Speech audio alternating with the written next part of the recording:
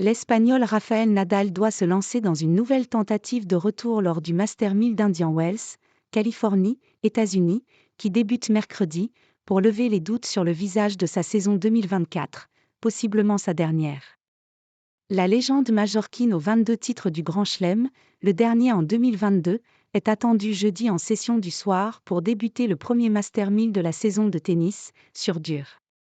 Tombé à la 652e place mondiale et donc non tête de série, Nadal affrontera le Canadien Milos Raonic avant un éventuel deuxième tour épicé contre le Danois Holger Rune, numéro 7 mondial.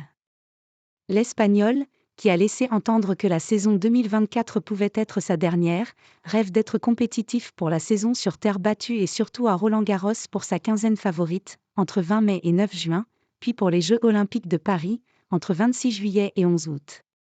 Il a manqué presque toute la saison 2023 et subi 2 opérations pour soigner une hanche, avant d'annoncer son retour en décembre.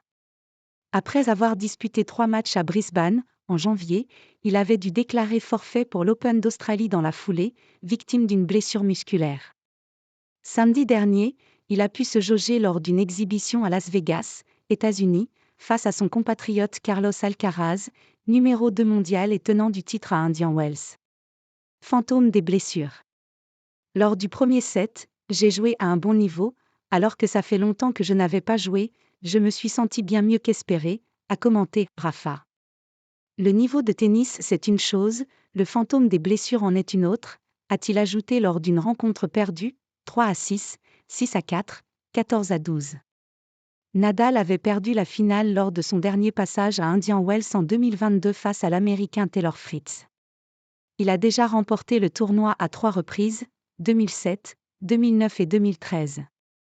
Le retour d'un autre fantastique est attendu, celui du Serbe Novak Djokovic, qui n'a pas joué depuis fin janvier et sa défaite en demi-finale de l'Open d'Australie face à l'Italien Jannik Sinner. Nol ne s'est pas aligné à Indian Wells depuis 5 ans, manquant quelques éditions faute d'avoir voulu se faire vacciner contre le Covid-19. De nouveau bienvenu aux États-Unis depuis l'été dernier, le recordman de titres en Grand Chelem, 24, reste dans le tournoi californien sur une élimination au 3e tour en 2019 face à l'Allemand Philipp Kohlschreiber.